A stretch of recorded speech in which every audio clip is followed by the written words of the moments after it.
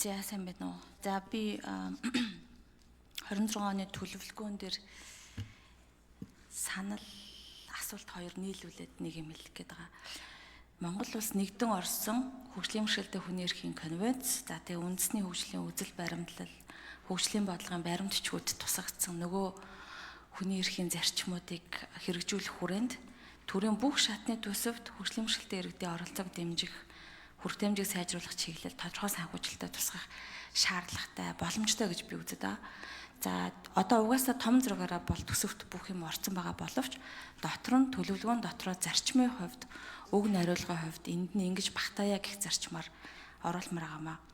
За өнөөдөр бол нийгмийн бодлогын байнгын хорон дээр хорооны тогтоол албачиж гарна. За энэ тогтоол бол засгийн газарт чиглэл өгсөн хуулийн хэрэгжилтийг хангахтай холбоотой 17 одоо ажлыг тусгасан байгаа. Энэ 17 ажлыг хэрэв багцлах юм бол бодлогын төвшөндөө одоо салбар бүр хөгжлийн бэрхшээлтэй хүний оролцоог дэмжих чиглэлээр байх юм. За бодит хүртээмж болон орчны болон мэдээллийн хүртээмжийг заавал оруулах тухай байгаа. Боловсрол, эрүүл мэнд, хөдөлмөр эрхлэлтний хүртээмжтэй байдал дэмжлэг үзүүлэх ёстой. Тусгай хэрэгцээд үйлчлэгийг олон хувилбараар бий болгох хэрэгтэй, эсвэл дэмжих хэрэгтэй. За салбар бүр судалгаа, хяналт шинжилгээ үндэсний тогтолцоонд яг энэ хөгжлийн бэрхшээлтэй хүнтэй холбоотой хүртээмж ахмад насных ч гэсэндээ бас оруулах ёстой. За салбар бүрийн ажилтнууд, хүний нөөц нь хөгжлийн бэрхшээлтэй хүний ер нь энэ хүртээмжийн талаарх мэдлэг ойлголтоо сайжруулах ёстой. Зүгээр нэг удаагийн сургалт хийгээд дуусахгүй, заавал ийм одоо үйл ажиллагааг төлөвлөх ёстой гэж үзэж байгаа. За мөн гамшигын эрсдлийн үеийн хүртээмжтэй байдлаа нэмэгдүүлье. Улс оронд гамшиг болоход хамгийн их хохирдог, хөлдөн өрөвддөг хүмүүс л хөгжлийн бэрхшээлтэй хүмүүс, ядарсан хүмүүс л байгаа. Тэгэхээр тэр хүмүүстэд зориулсан хамгаалалт үйлчлэгээ сайжруулах ёстой. За хамгийн сүүлд нь бол олон улсын хамтын ажиллагааг дэмжих туршлага солилцоон дээр бас оруулах хэрэгтэй. Гэхдээ яг хөгжлийн бэрхшээлтэй хүмүүсийн асуудал гэхээр олон улсын төсөв рүү чигчдэг, гадаад хамтын ажиллагаар шийднэгээ орчдөг. Энэ хандлага хөгжлийн бэрхшээлтэй хүний асуудал гэхээр зөвхөн гэр бүл, нийгэм, хөдөлмөрийн яамны асуудал гэж хардаг энэ хандлага. Эсвэл хөгжлийн бэрхшээлтэй хүн гэхээр одоо нөгөө мэргэжлийн хүмүүс нь аль хүрээд ирээрэ гэдэг энэ хандлагыг улс орноороо болцгоё. Тэгэхээр энэ бодлогын төлөвлөгөөний дотор задлаад үзэхээр дотор нь одоо их наривчлуул яаж байдгийг байгаа. Зүгээр агуулгын хувьд л би олигтой зүйлээс олж харахгүй байгаа. За дахиад нэг асуулт байгаа. Энэ асуултанд бас хариулт авах хэрэгтэй байна. За хөгжлийн бэрхшээлтэй хүмүүс хүн амын орлогын албан татвар, нийгмийн даатгалын шимтгэлээс хөнгөлөлт авдаг. Гэхдээ тэр хөнгөлтийг бид нар авсан хэрнээ буцаагаад одоо төлж байгаа нийгмийн даатгал мөнгө төлж байгаа. Гэхдээ өнөөдөр банкнаас зээл авч чадахгүй байна. Ер нь зээлийн бүтээгдэхүүнүүд бол хөгжлийн бэрхшээлтэй хүнд хүртээмжтэй биш байгаа даа. За зээл олдохгүй байна гэдэг чинь бизнес их боломжгүй, ажил их хэцүү болчиход байна тий. Эргээл бид нар халамжийнхаа зам руу явахаас аргагүй болоод байна л да. Тэгэхээр энд шудрах биш байна гэсэн үг.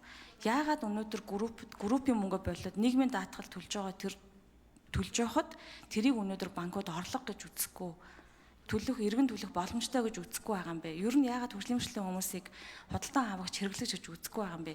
Энэ дээр ер нь ямар одоо өөрчлөлт, зарчмын хувьд ер нь ямар ажлуудыг төлөвлөж байна вэ? Энэ дээр нэг хариулт авах хэрэгтэй байна.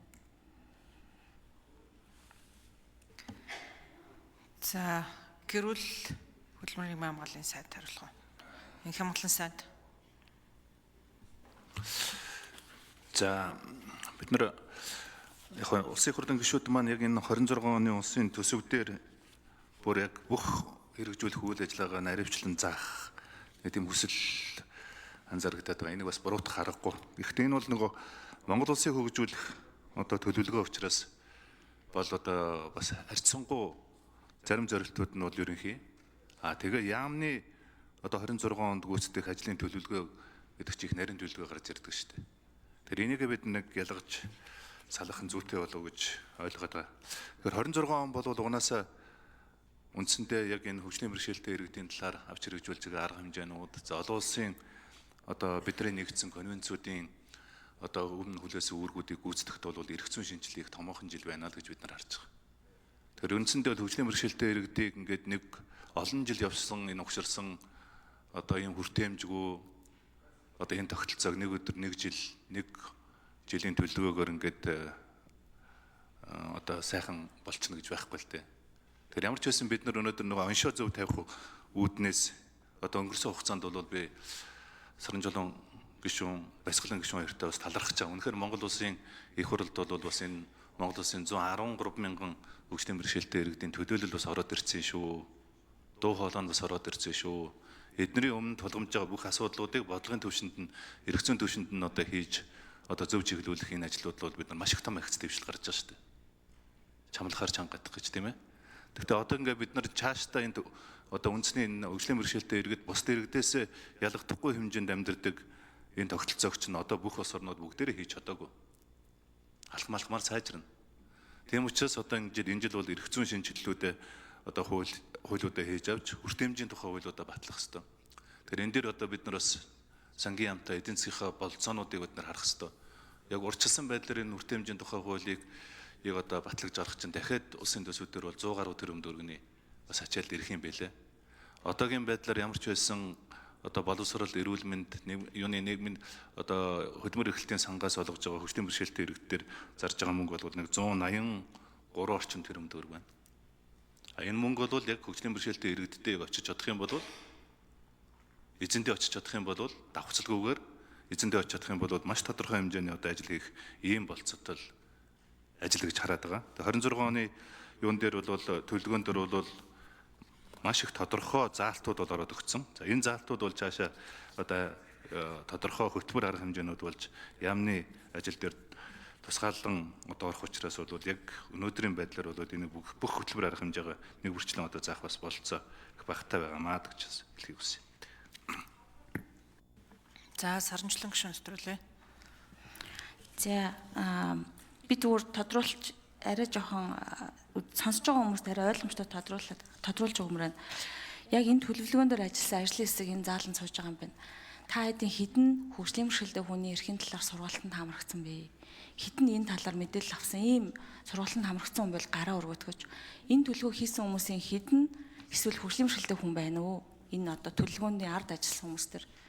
Миний санаа бол ерөөс юу вэ гэхээр нэг бол сургалтанд хамрагдаад мэдлэгээ сайжруулад энэ юмд оролт эсвэл биднийг оролцвол бидэнгүүгээр бидний асуудлыг битгий шийдэл гэдэг байгаа.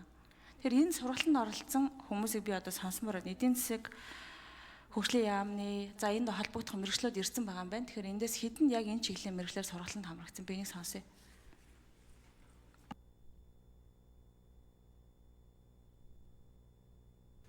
За энэ хамаарлан сайдын микрофон.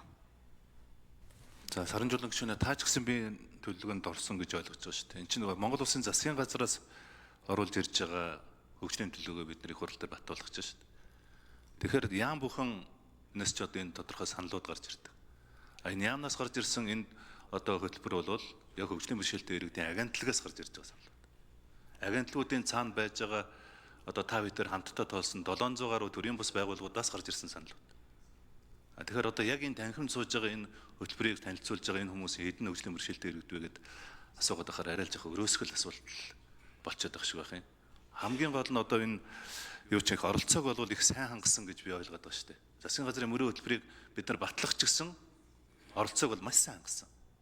Өмнө тэгж оролцоо хангаж ирсэн тэгж мөрөө хөтөлбөрийг батлаж ирсэн тохиолдол би л одоо улсын их хурл 4 удаа сууж байна. Одоо ингээд энэ тохиолдлыг бол би санахгүй юм. Тийм учраас энэ 26 оны төлөвлөлт бол харин ч одоо өмнөхөөс илүү их одоо энэ хөгжлийн бэрхшээлтэй иргэдийн